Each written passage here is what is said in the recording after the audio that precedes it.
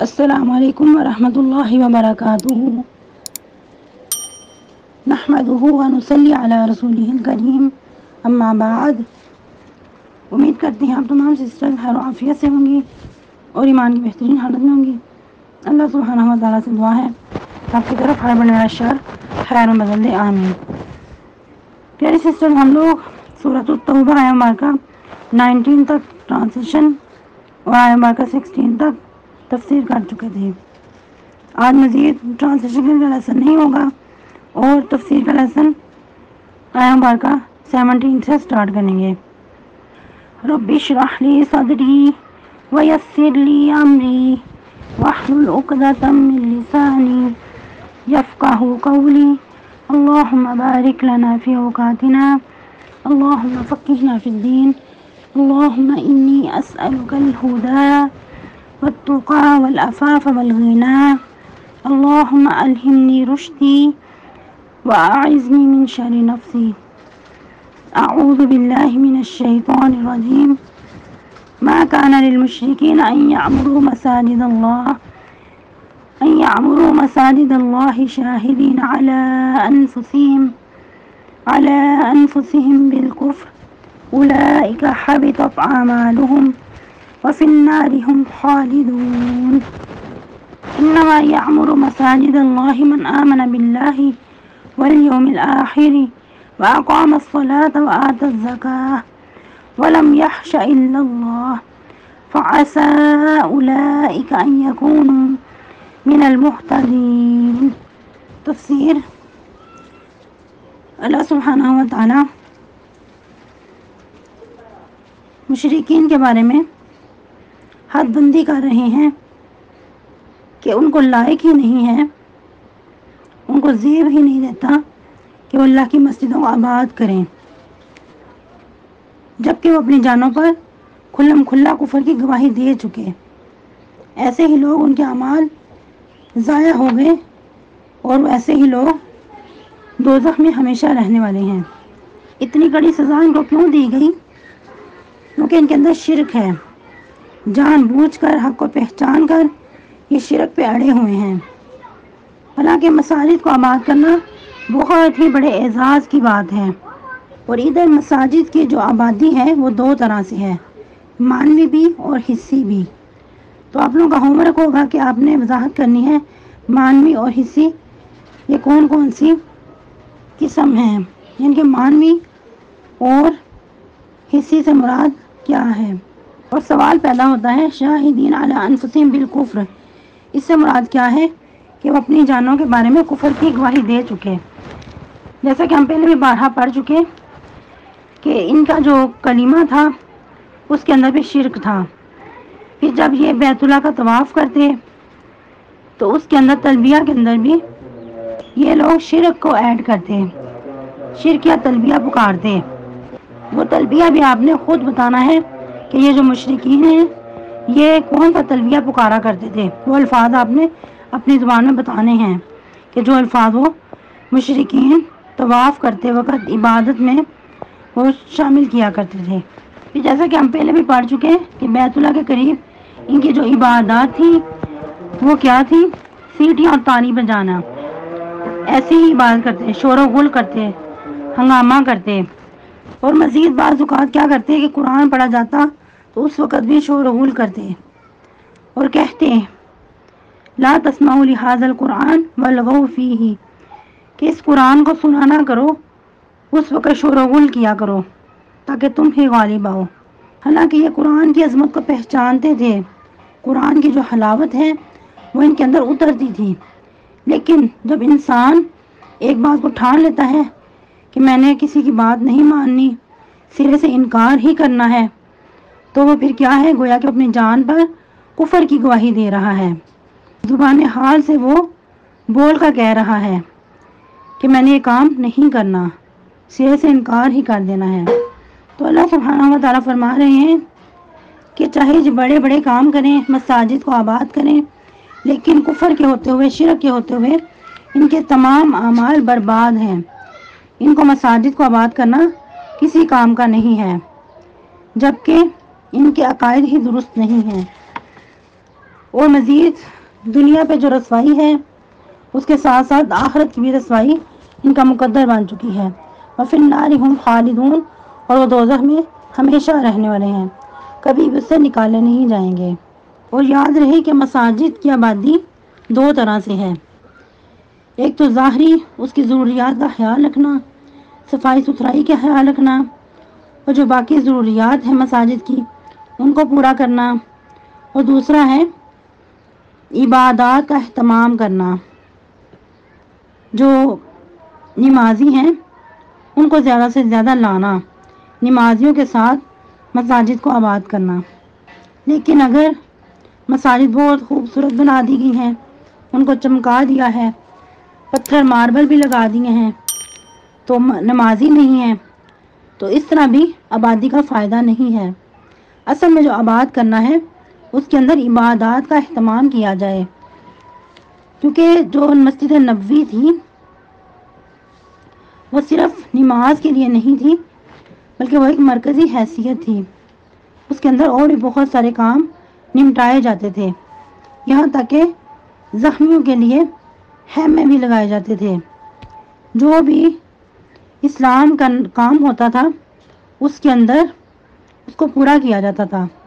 ہر وقت مسجد نبوی کو آباد رکھنے کی ہر کوئی اپنی ذمہ داری سمجھا کرتا تھا. لیکن افسوس کے ساتھ کہ آج مساجد کو نماز کے فوراً بعد بند کر دیا جاتا ہے، لاک کر دیا جاتا ہے. یہ اتنی بدقسمتی کیوں پیش آئی؟ کیونکہ کسی پہ بھروسہ نہیں ہے. جو چور ڈکیتی کرنے والے ہیں، چوری کرنے والے، ڈکیتی کرنے والے، وہ مساجد کی چیزوں کا بھی خیال نہیں رکھتے، ادھر سے چیزیں چرا لی جاتی ہیں. اور سب سے بڑھ کر یہ ضرورت کیوں پیش آئی؟ کیونکہ ہر کسی کے پاس مسجد کی طرف جانے کا ٹائم ہی نہیں ہے. بس چند روزہ رمضان مبارک میں مساجد کو آباد کرنے کی ذمہ داری سمجھی جاتی ہے. جو ہی رمضان مبارک کیا تو ہم نے بھی اپنے گھروں کی راہ لی. ہر کوئی اپنے کاروبار میں، اپنی دنیا کی جو رنگینیاں ہیں اس میں مگن ہو گیا، اور مساجد کی آباد کرنے کی ذمہ داری تھی اس کو فراموش کر دیا. اس کے بارے میں ایک حدیث بھی ہے کہ کیا قرب قیامت مساجد کو خوب چمکایا جائے گا، خوب ان کو آباد کیا جائے گا، لیکن انسانوں کی آبادی سے وہ محروم ہوں گے. یہ مفہوم حدیث کچھ اس طرح کے الفاظ ہیں، لیکن ایگزیکٹ الفاظ مجھے یاد نہیں ہیں. تو مساجد کی جو ویرانی ہے اس کے جو بھیانک نتائج ہیں وہ ہمارے سامنے ہیں. اور سب سے بڑھ کے اس کا نقصان نیو جنریشن پہ ہوا کہ جو ہمارے بچے ہیں وہ ان نعمتوں سے محروم رہ گئے. پہلے ہر کوئی ذمہ داری سمجھتا تھا کہ بچوں کو مسجد کی طرف لے کے جانا، اپنے ساتھ نماز کے لیے لازمی لے کے جانا. جو گھر میں بڑے ہوتے تھے وہ چاہے کسی کے بچے ہیں یا اپنے بچے ہیں، بہن بھائیوں کے بچے ہیں، ان کو آگے لگا کر مسجد میں لے کے جایا کرتے تھے، چاہے ڈانٹ ڈپٹ کر کے جیسے بھی. لیکن آج افسوس کے ساتھ ہر کوئی کہتا ہے کہ یہ ہماری ذمہ داری نہیں ہے.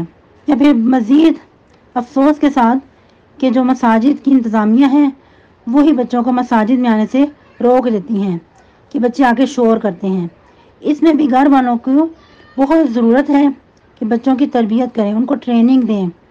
ان کو شروع سے مسجد میں اگر لے کر آئیں گے تو وہ ساتھ ساتھ خود ہی ٹرینڈ ہوتے جائیں گے کہ مسجد کا ادب و احترام کس طرح کیا جائے، مسجد میں شور نہ کیا جائے.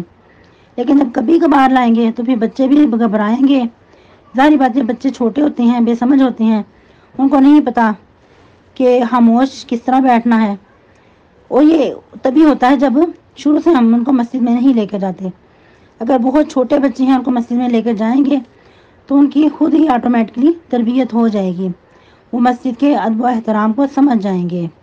اس میں اگر ہم سلف و صالحین کے تاریخی اوراق پلٹیں تو بے شمار اعلیٰ مثالیں ہمارے سامنے موجود ہیں کہ کس طرح سلف و صالحین نے اپنے بچوں کی تربیت کی اور بچوں کے ساتھ کیسے یہ معاملے کرتے تھے. بچوں کو صف اول کا وہ نمازی بناتے تھے. جس طرح کے ایک گورنر تھے، وہ اپنے بیٹے کو کہہ کے گئے، گھر والوں کو کہہ گئے کہ بیٹے کو مسجد میں بھیجیں. تو بیٹا تھوڑا لیٹ ہوا، گھر میں آ کر پوچھا کہ بیٹا لیٹ کیوں گیا ہے. تو بتایا گیا کہ جو گھر کی کنیز تھی وہ ان کے بال بنا رہی تھیں. اس لیے تھوڑا لیٹ ہو گیا۔ اسی وقت بچے کو حجام کے پاس لے جا کر بیٹے کے بال اتروا دیے۔ کہا کہ ایسے بالوں کی مجھے ضرورت نہیں ہے جو بال میرے بیٹے کو صف اول سے روک دیں، جو میرے بیٹے کو صف اول کا نمازی نہ بننے دیں۔ لیکن افسوس کے ساتھ آج ہمارا کیا حال ہے، بچے نماز کے اوقات میں سوئے پڑے رہتے ہیں اور گھر والوں کو جرأت نہیں کہ بچوں کو اٹھا کر مسجدوں میں بھیجیں۔ سب سے پہلے ہم سے کوتاہی ہوئی کہ ہم نے شروع سے بچوں کو نماز کا عادی نہیں بنایا، نماز کے وقت میں ان کو سونے دیا۔ اور پھر مزید دوسری یہ بات کہ آج کل کا جو ماحول ہے، بچے بڑوں کے اوپر زبان درازی کرتے ہیں، بڑوں کی بات نہیں مانتے، اور بڑے بھی ان سے ڈرتے ہوئے ان کو مزید جگانے کی کوشش نہیں کرتے، کیونکہ ان کو زیادہ جگایا تو وہ شاید ہمارے سامنے بے ادبی سے پیش آئیں۔ تو بچوں کو موٹیویٹ کرتے رہنا چاہیے، ان کو مختلف واقعات سنا کر، مختلف احادیث سے رغبت دلا کر کہ جو اللہ کے لیے مسجد بنائے گا، مساجد کا اہتمام کرے گا، اس کے لیے اللہ تعالیٰ اپنے ہاں جنت میں گھر بنائے گا۔ من بنا للہ مسجدا بنا اللہ لہ بیتا فی الجنہ۔ تو اس طرح کے چھوٹے چھوٹے واقعات سنا کر، چھوٹی چھوٹی احادیث مبارکہ ان کو سنا کر موٹیویشن دلایا کریں۔ اور پھر مزید کہ جو صبح و شام اللہ کے گھروں میں اندھیروں میں آتے ہیں، اللہ ان کی مہمان نوازیاں کرتے ہیں۔ جب کہیں ہم جاتے ہیں کسی کا ہم مہمان بن کر، تو جو گھر والے ہیں میزبانی ہماری کرتے ہیں تو کتنا اچھا لگتا ہے، بچے بھی بہت خوش ہوتے ہیں کہ گھر والوں نے ہماری اچھی مہمان نوازی کی ہے۔ تو جس کے مہمان نواز اللہ سبحانہ و تعالیٰ خود ہوں تو ان کی خوش قسمتی کے کیا کہنے۔ پھر مزید مساجد کی صفائی ستھرائی کے حوالے سے بچوں کو موٹیویٹ کرتے رہنا چاہیے کہ ہر جمعے کے دن آپ مسجد میں جا کر صفائی کیا کریں، جو بھی انتظامیہ ہے ان سے کہیں کہ آج ہم صفائی کریں گے مسجد کی۔ اس کے علاوہ بچوں کی تربیت ایسے کریں کہ مساجد میں جا کر بچے جو ریپر وغیرہ ہیں وہ نہ پھینکیں، بلکہ اگر کہیں پڑا دیکھیں بھی تو اس کو آگے بڑھ کر اپنی ذمہ داری سمجھیں کہ اس کو ہم نے اٹھانا ہے۔ اور دیکھیں کہ ہم لوگ نبی صلی اللہ علیہ وسلم سے بڑھ کر نہیں ہو سکتے۔ نبی صلی اللہ علیہ وسلم نے مسجد کی صفائی خود اپنے ہاتھ سے کی۔ جب آپ صلی اللہ علیہ وسلم نے بلغم نما کچھ مسجد میں گندگی دیکھی تو اس کو اپنے ہاتھ مبارک سے خود صاف کیا اور کہا کہ یہ مسجدیں اس لیے نہیں ہیں کہ ان کو ایسا گندا کیا جائے۔ اور اس کے علاوہ جب غموار مسجد میں آیا تو اس نے اپنی جہالت کی بنیاد پہ اسے پیشاب کر دیا، تو نبی صلی اللہ علیہ وسلم نے اس کو ڈانٹا ڈپٹا نہیں، بلکہ اس کو پیار سے کہا، آرام سے کہا کہ مسجد ان کاموں کے لیے نہیں ہے، اور اسی وقت ایک ڈول منگوایا پانی اور اپنے ہاتھ مبارک سے اس کے اوپر پانی بہا دیا۔ جب اس طرح کے واقعات بچوں کو سناتے رہیں گے تو یقیناً بچوں کے اندر مسجدوں کی محبت بھی پیدا ہوگی اور وہ اول وقت کے نمازی بھی بنیں گے۔ لیکن یہ کیسے ہوگا، کب ہوگا؟ جب ہم اپنے لیے وقت نکالیں گے کہ احادیث مبارکہ کا مطالعہ کریں اور ان واقعات کو بچوں کے سامنے رکھیں۔ پھر مزید اللہ سبحانہ و تعالیٰ فرما رہے ہیں آیت مبارکہ 18 میں، انما یأمر مساجد اللہ من آمن باللہ والیوم الآخر، بے شک مساجد کو آباد کرنے کا حق تو ان لوگوں کو ہے جو اللہ پر ایمان لائیں اور روز آخرت پر بھی ایمان لائیں، اور نماز کو قائم کریں، زکوٰۃ ادا کریں، ولم یخش الا اللہ، اور اللہ کے سوا کسی سے نہ ڈریں، فعسى اولئک ان یکونوا من المہتدین، تو بہت قریب ہے کہ ایسے ہی لوگ ہدایت یافتہ میں سے ہوں۔ سبحان اللہ۔ اللہ سبحانہ و تعالیٰ نے ایک حد بندی مقرر کر دی، ایک شرط رکھ دی، شرط عائد کر دی کہ مساجد کو آباد کرنا بہت بڑے اعزاز کا کام ہے۔ لیکن یہ کام کون کرے گا؟ سب سے پہلی جو شرط ہے اللہ پہ ایمان لانا، روز آخرت پہ ایمان لانا، یعنی کہ ایمانیات کو پورا کرنا، اس کے بعد پھر مساجد کی آبادی کا درجہ آئے گا۔ نماز بھی قائم کرنا، زکوٰۃ ادا کرنا، اور پھر مزید اللہ کے سوا کسی سے نہ ڈرنا، اور ایسے ہی لوگ کے ہدایت یافتہ میں سے ہوں۔ مزید ان آیات مبارکہ کو دیکھ لیتے ہیں کہ مشرکین مکہ کے اندر مساجد کو آباد کرنے کی اتنی طلب کیوں تھی، اور وہ بھی بیت اللہ کو آباد کرنے کی، جیسا کہ وہ خود کو بیت اللہ کے متولی کہا کرتے تھے۔ کیونکہ بیت اللہ کو ایک مرکزی حیثیت تھی اور ابھی بھی ہے اور قیامت تک یہ جاری رہے گی. اسی لیے اس کو خاص پروٹوکول ہے، اس کو بیت اللہ کہا جاتا ہے. اگرچہ تمام مساجد اللہ کا گھر ہیں لیکن بیت اللہ کو خاص اعزاز کے لیے بیت اللہ ہی کہا جاتا ہے، اسپیشلی اس کی نسبت اللہ کی طرف کی جاتی ہے. تو ان لوگوں کو یہ چیز تھی ان کے اندر، جس طرح بیت اللہ کو ایک اعزاز حاصل ہے، تو اگر ہم بھی اس کی نسبت اپنے ساتھ کریں گے تو ہماری بھی دنیا پہ واہ واہ ہوگی اور ہر کوئی ہمیں بیت اللہ کی طرف منسوب کرتے ہوئے یاد کرے گا. ورنہ انسان اگر دیکھے تو بیت اللہ سے بڑھ کر اور بھی بہت سارے ایسے کام ہیں کہ جو بیت اللہ کی آبادی سے پہلے کے کرنے کے ہیں. لیکن وجہ کیا تھی؟ سب سے پہلے تو ان کے جو اعمال تھے وہ شرک سے پاک نہیں تھے، ان کے اندر ریاکاری تھی، اللہ کی محبت میں سچے نہیں تھے. اللہ کی محبت میں سچے ہوتے تو پھر اللہ کے ساتھ پہلے وفادار ہوتے، اس کے بعد پھر مسجد کو آباد کرنے کا درجہ آتا. لیکن یہ صرف اپنی ناموری کے لیے مساجد کو آباد کرنا چاہتے تھے تاکہ ان کو لوگ بیت اللہ کی طرف منسوب کرتے ہوئے یاد کریں. حج عمرے بھی کرتے، طواف بھی کرتے، صدقہ خیرات بھی کرتے، لیکن ظاہری نمود و نمائش کے لیے اور بیت اللہ کو آباد بھی کرتے، بیت اللہ کو مزین کرتے. جیسا کہ بیت اللہ کے اندر 360 بت رکھے ہوئے تھے، بیت اللہ کو سجایا ہوا تھا. انہی بتوں کے اندر سرفرست سیدنا ابراہیم علیہ السلام اور سیدنا اسماعیل علیہ السلام ان کے بھی مجسمے بنا کر رکھے ہوئے تھے اور باقاعدہ ان کے ہاتھوں میں تیر پکڑائے ہوئے تھے، جبکہ انہوں نے کبھی یہ تیر فالی کی نہیں تھی. یعنی کہ جو فال کے غلط تیر ہوتے ہیں وہ ان کی طرف منسوب کرتے ہوئے ان کے ہاتھوں میں تیر پکڑا کر ان کے مجسمے بنائے گئے تھے. اور بھی کئی طرح سے بیت اللہ کو سجاتے، بیت اللہ کے اندر اس طرح کی جو بےہودگیاں ہیں وہ کرتے. کس لیے؟ صرف اپنی نسبت بیت اللہ کی طرف کرتے ہوئے اور اس کو سجانے کے لیے، لیکن اپنے دعوے ایمان میں سچے نہیں تھے. اسی لیے اندر شرط رکھ دی گئی وَلَمْ يَخْشَ إِلَّا اللَّهِ کہ اپنے اندر اللہ کے سوا کسی کی خشیت پیدا نہ کریں. اور پہلے بھی آپ کو بتایا گیا کہ خشیت ایسے ڈر کو کہتے ہیں جو کسی کی عظمت کو پہچان کر انسان اپنے اندر ڈر پیدا کرے. لیکن افسوس کے ساتھ کہ ان لوگوں نے اللہ کو پہچانا ہی کب تھا، ان کے اندر اللہ کی خشیت تھی ہی کب. آپ لوگوں کا ہوم ورک ہے کہ آپ لوگوں نے لاسٹ میں لیسن پڑھنے کے بعد، سنانے کے بعد لاسٹ پہ بتانا ہے کہ ان آیت مبارکہ سے آپ نے کیا سیکھا. کیونکہ اگر اتنی ہم امپورٹنٹ آیت مبارکہ پڑھ رہے ہیں تو کچھ نہ کچھ ہمیں بھی حاصل ہونا چاہیے. ایسا نہیں کہ صرف ایک لیسن کی حد تک ہم پڑھیں اور آگے بڑھ جائیں. یہ کام سب نے کرنا ہے، سب کے لیے یہ ضروری ہے. سبحانک اللہم ربنا و بحمدک نشہد ان لا الہ الا انت نستغفرک و نتوب الیک.